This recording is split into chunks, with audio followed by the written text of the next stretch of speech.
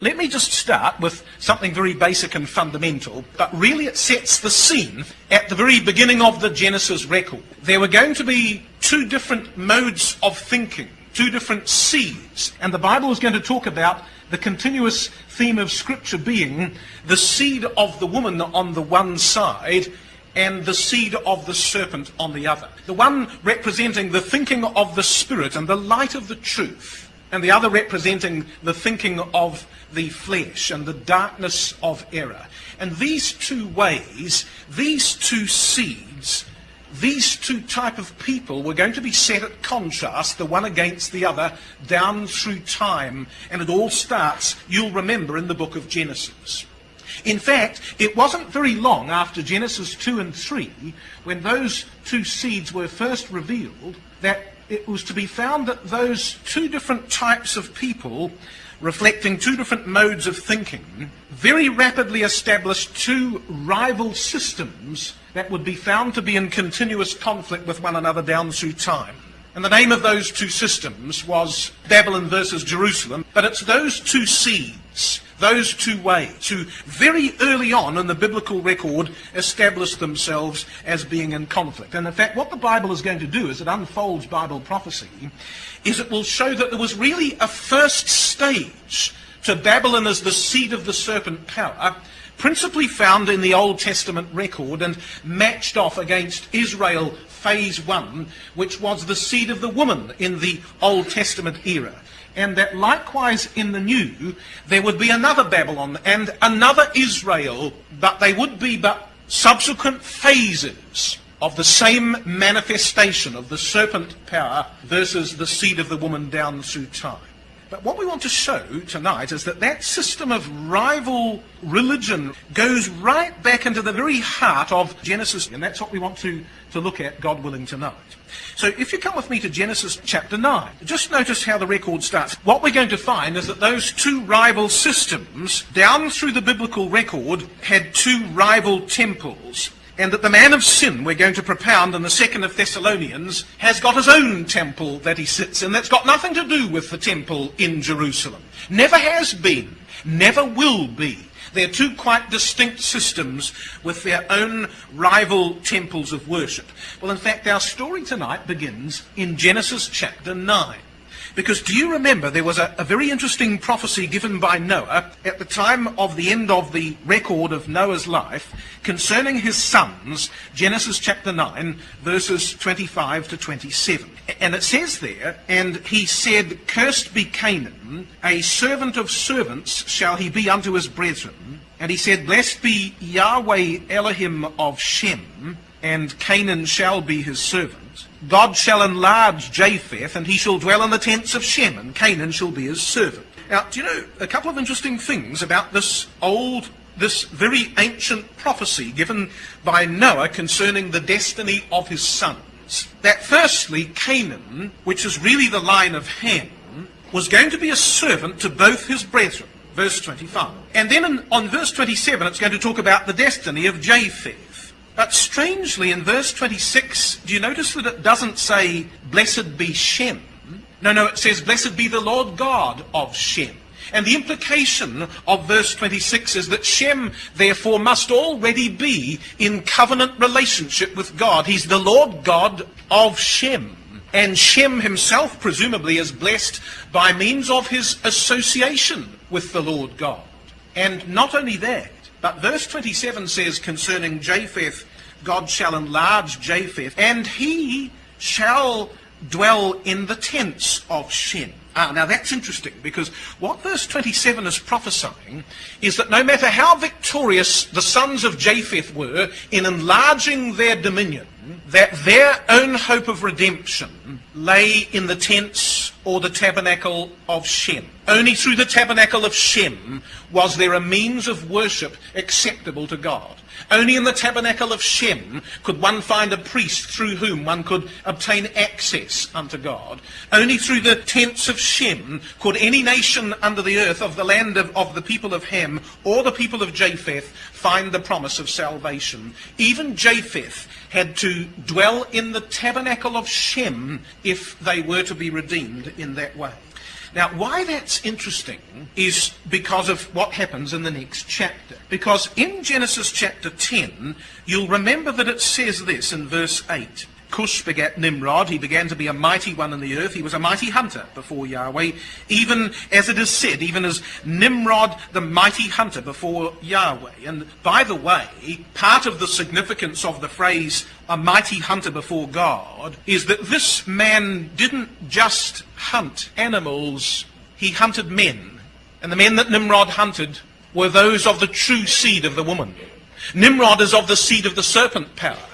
And here is the beginning of the system of persecution that the seed of the serpent would launch against the seed of the woman down through time. He was a mighty hunter. Nimrod's name, by the way, means we will rebel. And he was the first great rebel against the true system of worship. And we're told in verse 10, and the beginning of his kingdom was Babel. And everything began there, as the record says in verse 10, in the land of Shinar.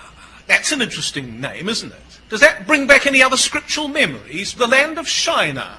Well, we shall see by and by as the record unfolds just how significant this beginning of things with Nimrod the first rebel was. Because it says in verse 10, the beginning of his kingdom. So he was a king, you see. Nimrod the king of Babel. But he was more than a king, because if you come to Genesis chapter 11, says verse 1, the whole earth was of one language and of one speech, and it came to pass as they journeyed from the east that they found a plain, in the land of Shinar. And they dwelt there, and they said one to another, go to and let us make brick and burn them throughly. And they had brick for stone, and slime had they for mortar. And they said, go to, let us build us a city and a tower. Actually, let me read verse 4 again more carefully.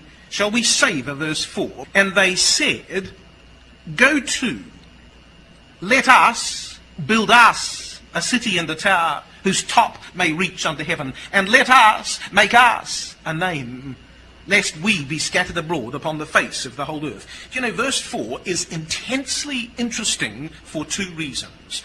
You'll probably know that the word Shem in the Hebrew means name.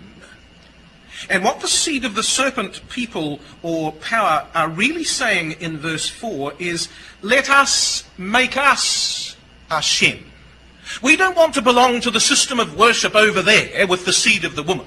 No, we want a name of our own through whom religion can be obtained. And not only do we want our own name, but we'd like our own tent or our own tabernacle, thank you. Not the tabernacle of Shem, but verse 4, the tower of Nimrod in the land of Shinar.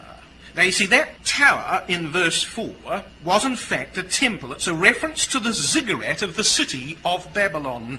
It's the first temple of worship that the seed of the serpent has constructed. And it's a rival to the tabernacle of Shem, where God's true worship had existed from the beginning.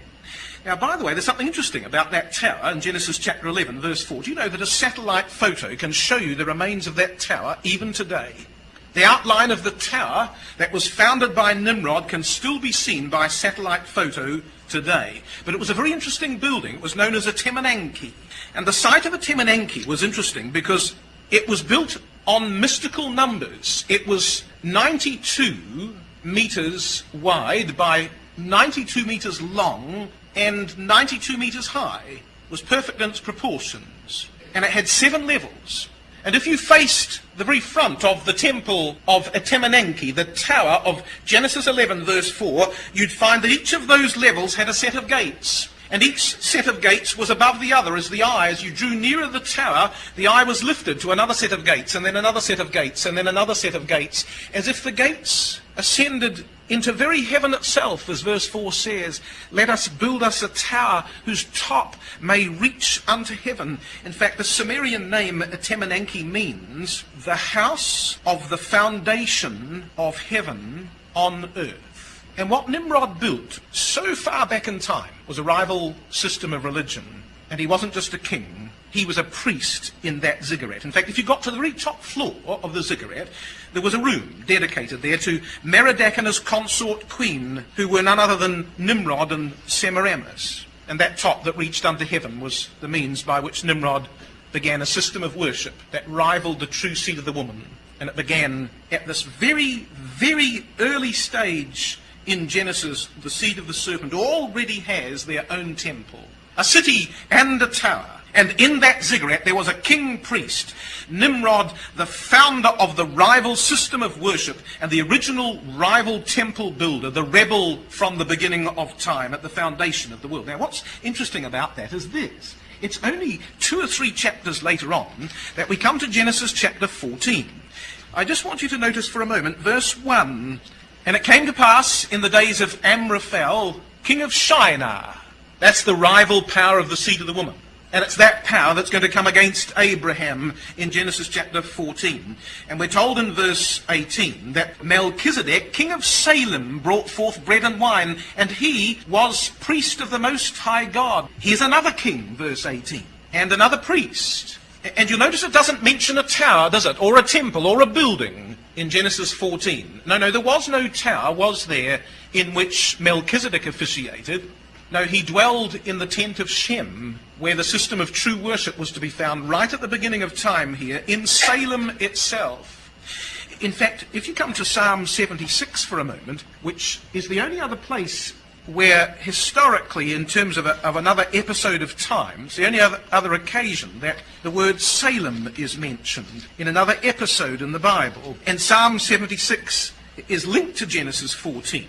It says this in verse 1, in Judah is God known, his name is great in Israel. In Salem also is his tabernacle and his dwelling place in Zion. In Salem is his tabernacle, it says, the tent of Shem. That's where it was. The true temple, as it were, of the worship of God. And in both these occasions, Genesis 14 and Psalm 76, Salem will be known as the place where the slaughter of the kings occur that come against God's people, where the bringing forth of tribute will occur, and in both places there will be a king priest, according to the seed of the woman, who officiates in that place.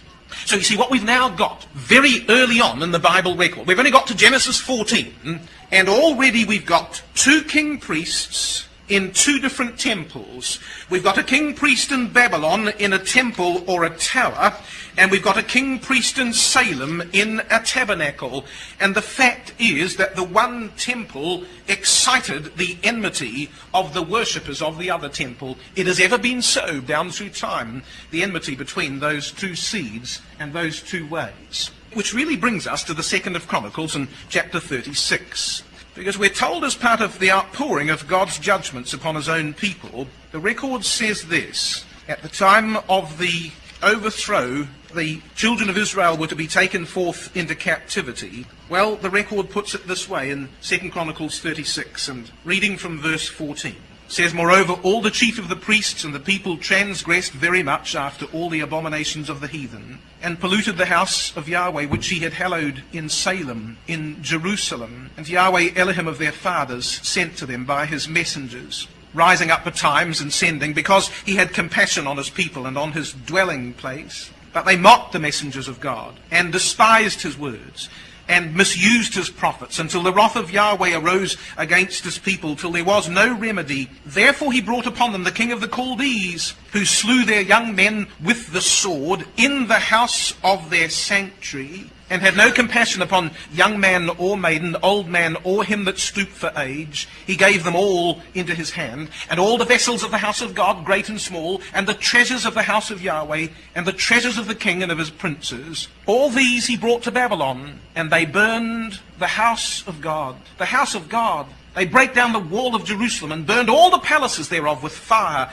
and destroyed all the goodly vessels thereof.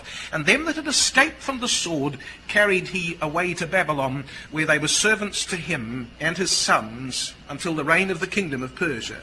And perhaps we see the full significance of the judgment of 2 Chronicles, that the champion of one temple, the temple in Babylon, came down at the behest of God and destroyed the temple in Jerusalem, and burned it with fire, and took away the vessels of that house. In fact, if you come to Daniel chapter 1, we're told exactly what Nebuchadnezzar did in fulfillment of the 2nd of Chronicles chapter 36. And just notice how significant Daniel 1 is in this context.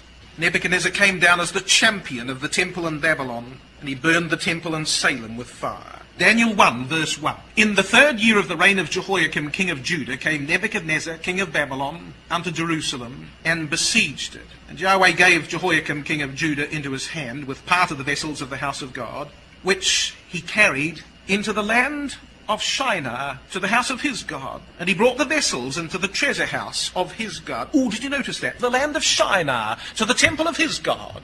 From the temple in Jerusalem to the temple in Babylon. But you see, the phrase the land of Shinar takes us all the way back to Genesis chapter 11, doesn't it? And to the tower built by Nimrod at the beginning of time. In fact, do you know the very temple that Nebuchadnezzar presided over and that Nebuchadnezzar helped to build was the very same temple that had been begun by Nimrod in Genesis chapter 11. The same building. There's a tremendous continuum of time here. The rival temple to the true worship of God. In fact, in Daniel chapter 5, as you'll see there, you'll notice perhaps the significance now of Belshazzar's feast. Because you see, Belshazzar does this in verse 1. It says, Belshazzar the king made a great feast to 1,000 of his lords, and drank wine before the 1,000.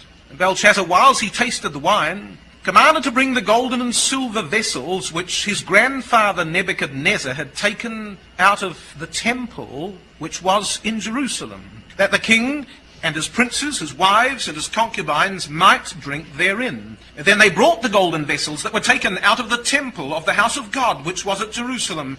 And the king and his princes and his wives and his concubines drank in them. And they drank wine and praised the gods of gold, of silver, of brass, of iron, of wood, and of stone.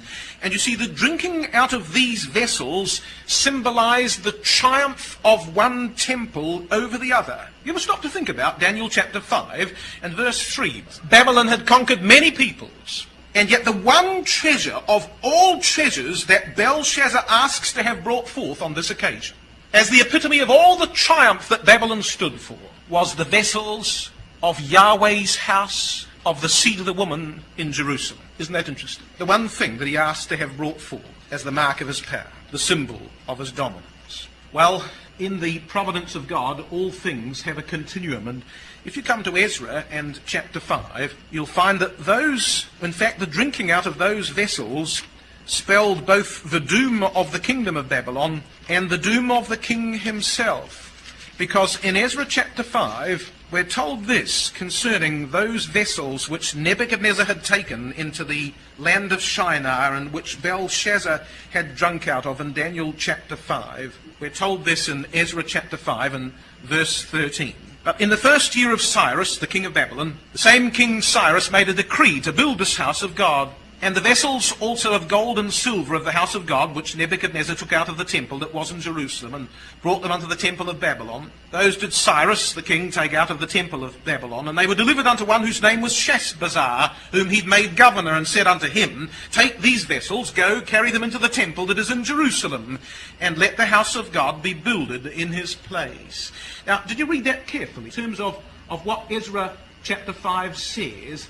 Just look at the key words here. Did you notice them? Because the record says that these were the vessels which Nebuchadnezzar took out of the temple that was in Jerusalem and brought them into the temple that was at Babylon. But Cyrus would take them out of the temple that was at Babylon and bring them back into the temple that was in Jerusalem. Can you see that spirit of rivalry between those two temples, those two rival systems? The one over against the other. God never forgets anything, you see, in this story of the story of the seed of the serpent versus the seed of the woman. And in fact, if you come to Jeremiah chapter 51, we've got a marvelous little reference here that shows that God never does forget. He never forgets anything that's done against his people and against the true system of worship that he began at the very beginning of time. See, this is what Jeremiah 51 says, and reading from verse 11. Make bright the arrows, gather the shields. Yahweh hath raised up the spirit of the king of the Medes for his device is against Babylon to destroy it, because it is the vengeance of Yahweh, the vengeance of his temple, it says. The vengeance of his temple. Set up the standard upon the walls of Babylon. Make the watch strong. Set up the watchmen. Prepare the ambushes, for Yahweh hath both devised and done that which he spake against the inhabitants of Babylon.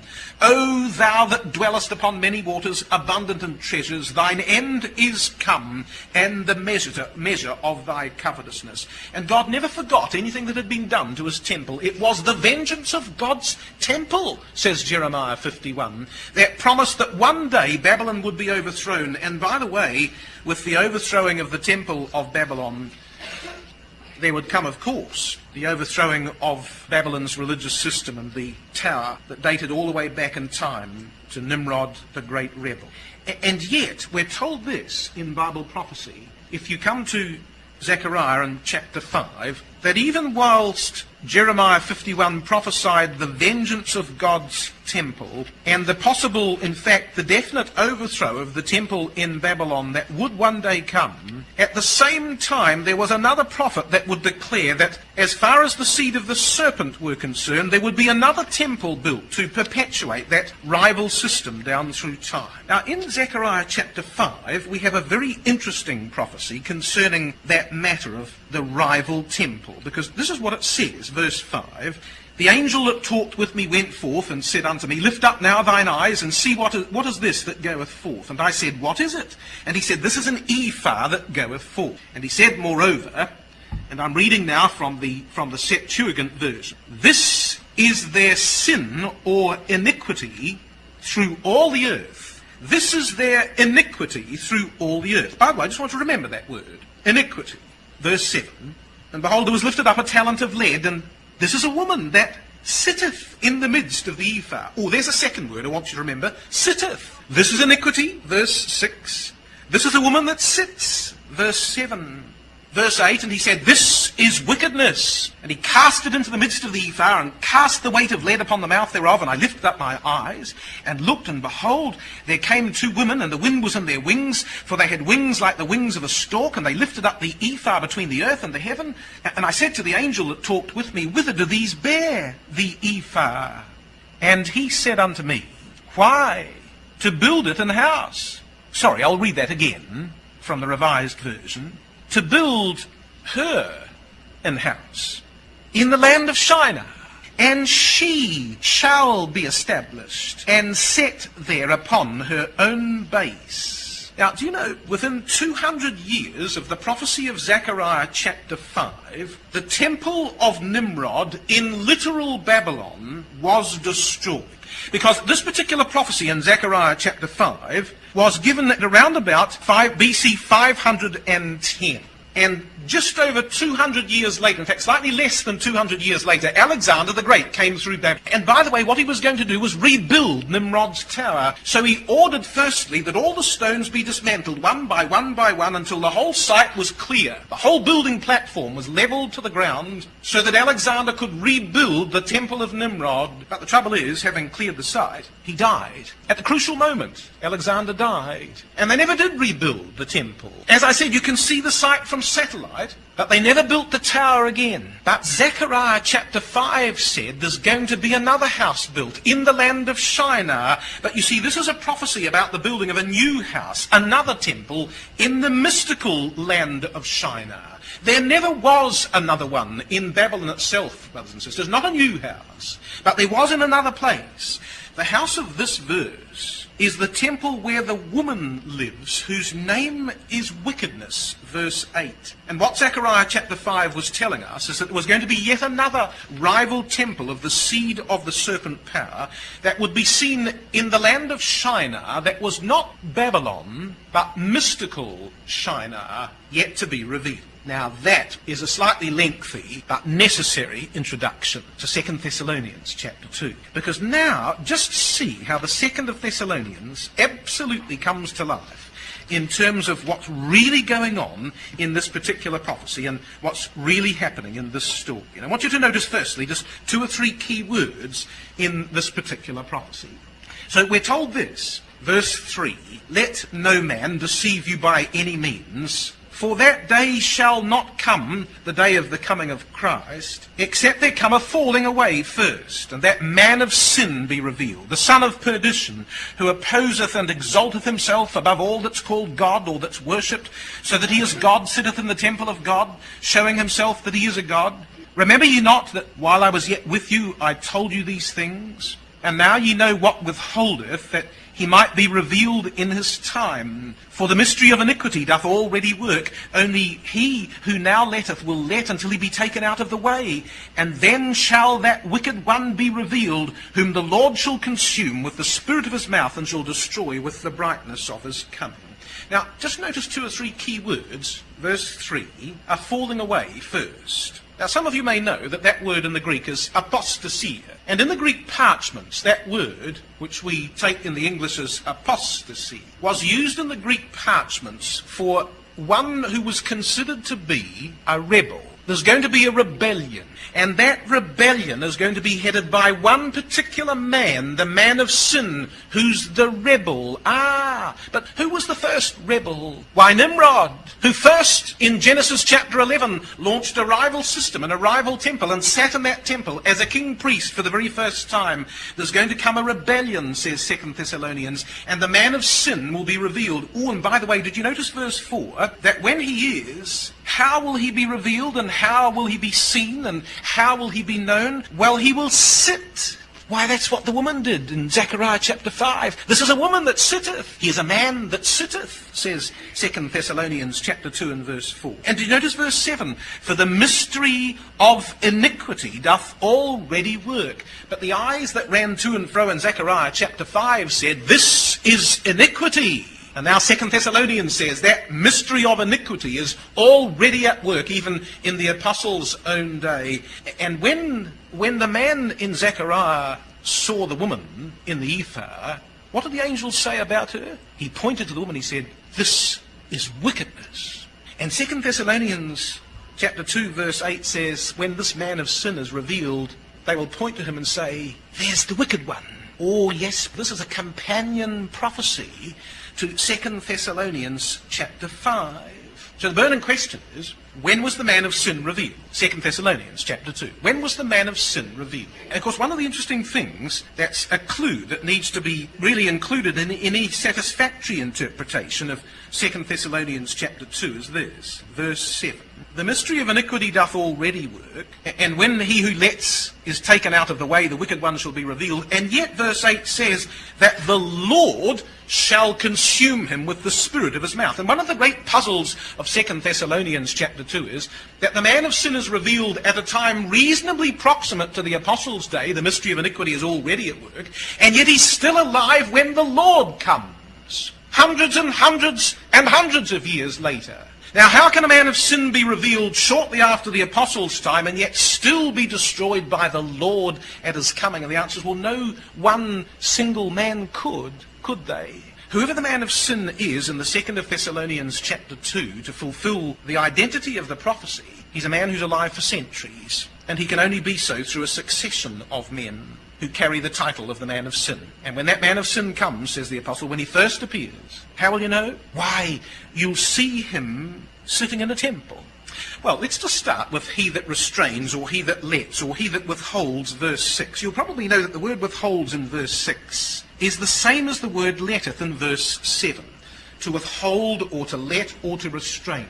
There was something restraining the advent and the manifestation of the man of sin. Now, I'm going to give you some interesting writings here. This is the testimony of early writers concerning that phrase, he who now letteth. What did the early centuries believe concerning the significance of that phrase? Well, here's what Irenaeus said in AD 185. So how long is that? That's about 85 years after the death of John, the Apostle John. Only about 85 years later. Not long, 80 or 90. He says, Daniel 2, looking forward to the end of the last kingdom, the 10 kings who shall then arise, amongst whom the kingdom of those men shall be partitioned, and upon whom the son of perdition shall come.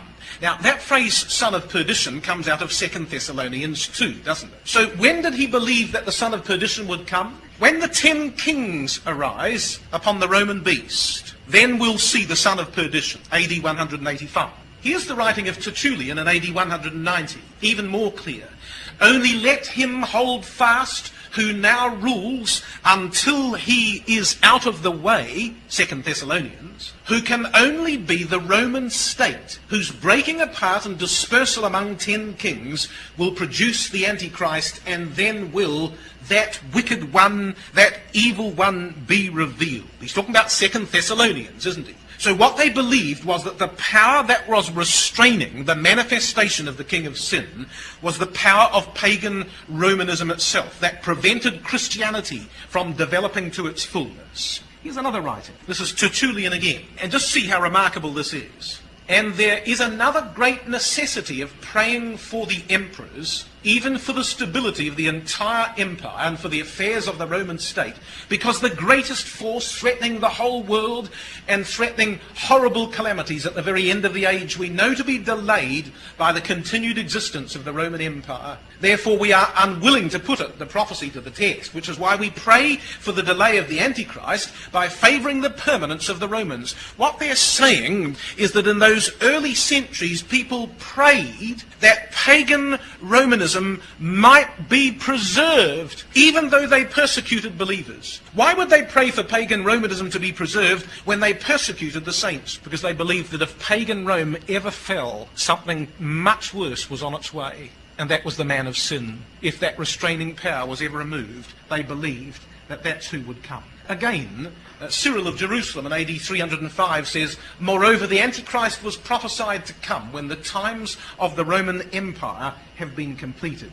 And lastly, John Chrysostom, writing in AD 389, says, he who now letteth will let until he be taken out of the way. That is, when the Roman Empire is taken out of the way, then he shall come. And naturally, for as long as the fear of this empire lasts, no one will readily exalt himself. Exalt himself, that's 2 Thessalonians chapter 2, isn't it? When that is dissolved, he will attack the anarchy and endeavour to seize upon the government both of men and of God. Now, what we're suggesting, the early centuries of time were marked by a completely consistent belief that the restraining power of 2 Thessalonians 2 was pagan Rome itself. If that ever goes, the man of sin will come, is what they believe. And any other identification or interpretation of 2 Thessalonians 2 needs to explain, does it not, that if it wasn't pagan Romanism, what was the restraining power that prevented the man of sin from appearing? Because this clearly is what they saw, linked, by the way, to Daniel chapter 7. So where is the temple of the man of sin? Well, the first thing, the man of sin is part of the continuum of the rival power of the seed of the serpent, which, since the days of Nimrod himself, has always had a rival temple. They don't need to go to a temple in Jerusalem. They've always had one of their own, have they not? The seed of the serpent, the very zenith of their system of opposition to God, focalized in one man, in one temple, as it was from the days of Nimrod. Here's another reason. The man of sin is a development of the prophecy of the woman called wickedness, who has a house built for her in the land of Shinar. Now, by the way, there's a reason, isn't there, why the woman is the woman in Zechariah 5 and the man is the man in 2 Thessalonians 2. The woman is the woman because Zechariah chapter 5 is about the whole religious system that the woman symbolizes. But the man is the man in 2 Thessalonians 2 because this is about the leader of the system, the one man in whom is vested the entire power of the system as a whole. So the one prophecy is a woman and the other is a man, but they're both wickedness and they both have a house. And if the woman's house is in the land of Shinar, then we'd expect that's where the man's house is too, since he's presiding over the house of the woman, isn't he? So it's in the land of Shinar that we'll find the man of sin sitting in his tent. And in fact, the man of sin is parallel to the little horn of Daniel 7 and to the false prophet of Revelation chapter 19, both of whom are associated with Roman Europe, and therefore we expect the basilica of the man of sin to be where the little horn power was and where the false prophet is to be found. And that's not in Jerusalem, most certainly not in Jerusalem. In fact, let me just show you how wonderfully this was fulfilled. Because the man of sin was to be revealed, as this chapter tells us, when the restraining power was removed. The taking of his seat in the temple of God, therefore, is not a single futurist event seen to occur in Jerusalem. The man of sin has been alive for centuries, and the question of where he sits in his temple becomes an issue that can and ought to be proved as a matter of historical fulfillment. So to take 2 Thessalonians and say, well, the man of sin will sit in a temple in Jerusalem at some stage in the future, is to take that chapter out of the context of a whole continuum of prophecies about the rival temple and system of the seed of the serpent down through time. So when was the restraining power of pagan Rome removed? How was the system of pagan Rome overthrown, and by whom? And when? Michael and his angels fought against the dragon and his angels.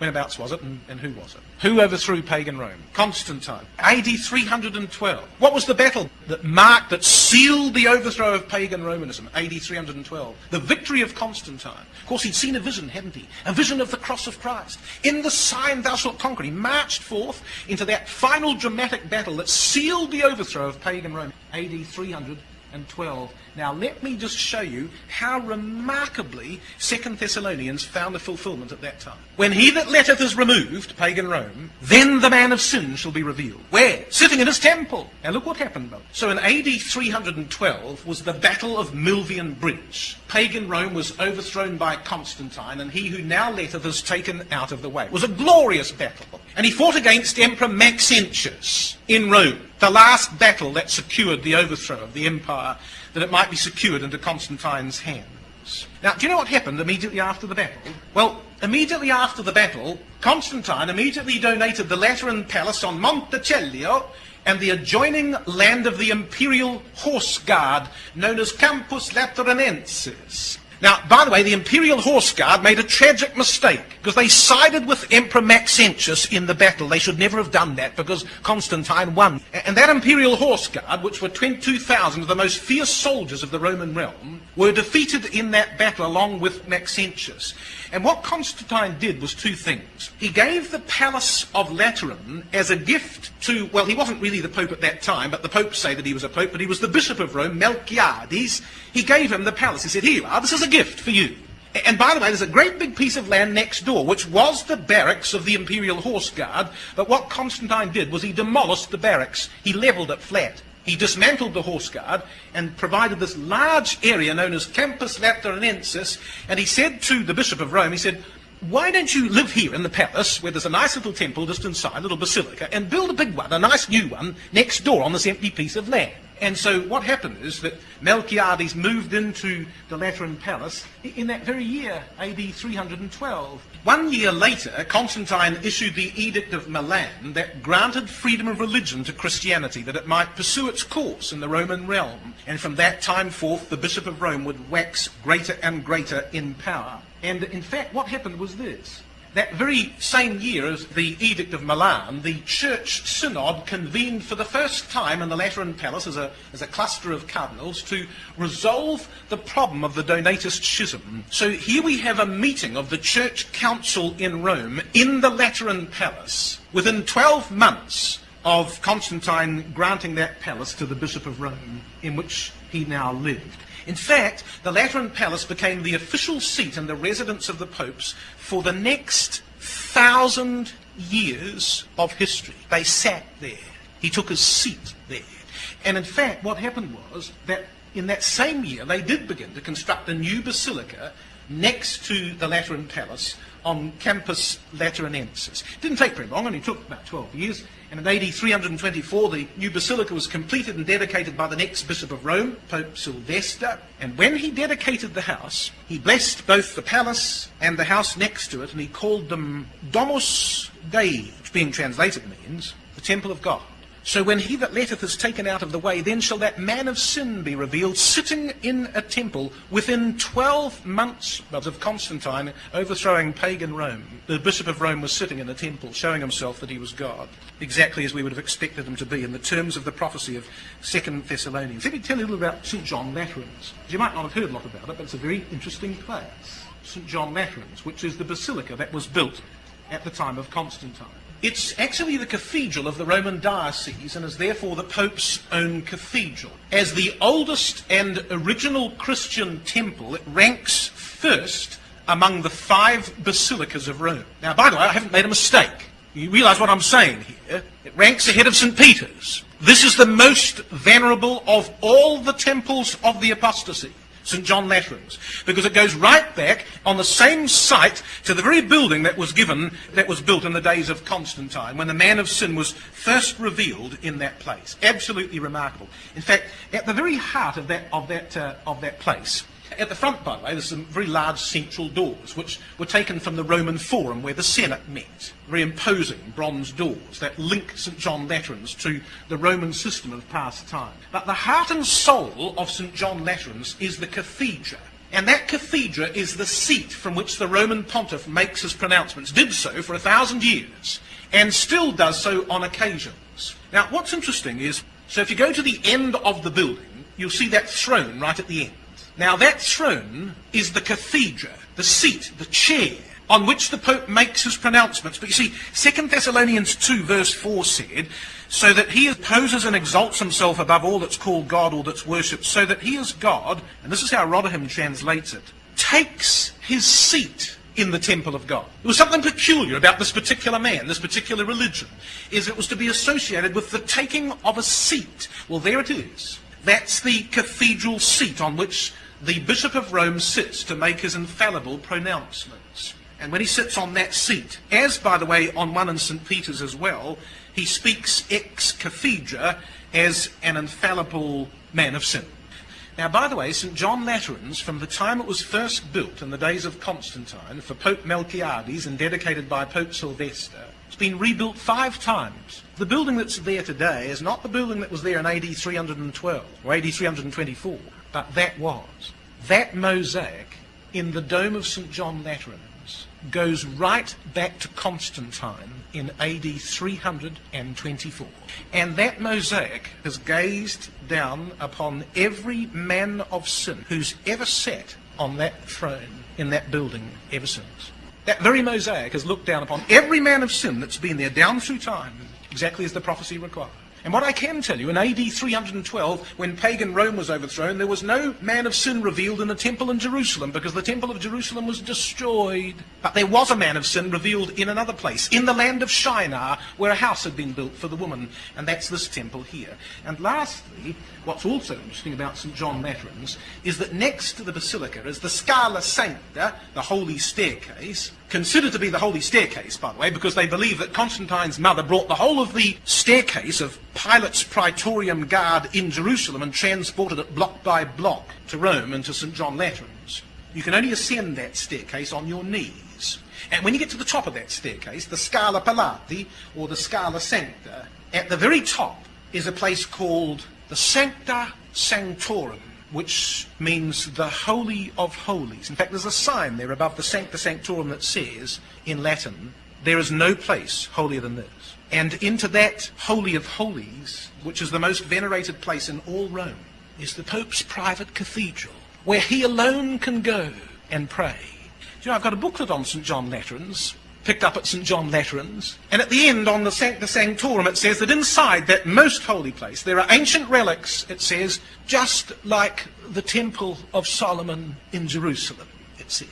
It's a rival system, and it always has been, and that's where the man of sin sits in his temple, showing himself that he is God. You know, across the front of that building, incised in the stone, and not just on this particular version of the building, but on more ancient parts of it as well, are these words: Sacrosanta Lateranensis Ecclesia omnium urbus et orbis ecclesiarum mater eccaput, which being translated means, most holy Lateran Church, of all the churches in the city and the world, the mother and the head. St. John Lateran's, where the man of sin sits, has been a marvellous fulfilment of 2 Thessalonians chapter 2. And the man of sin appeared in the very year that he that letteth was taken out of the way. He was sitting in that temple, and been sitting there ever since.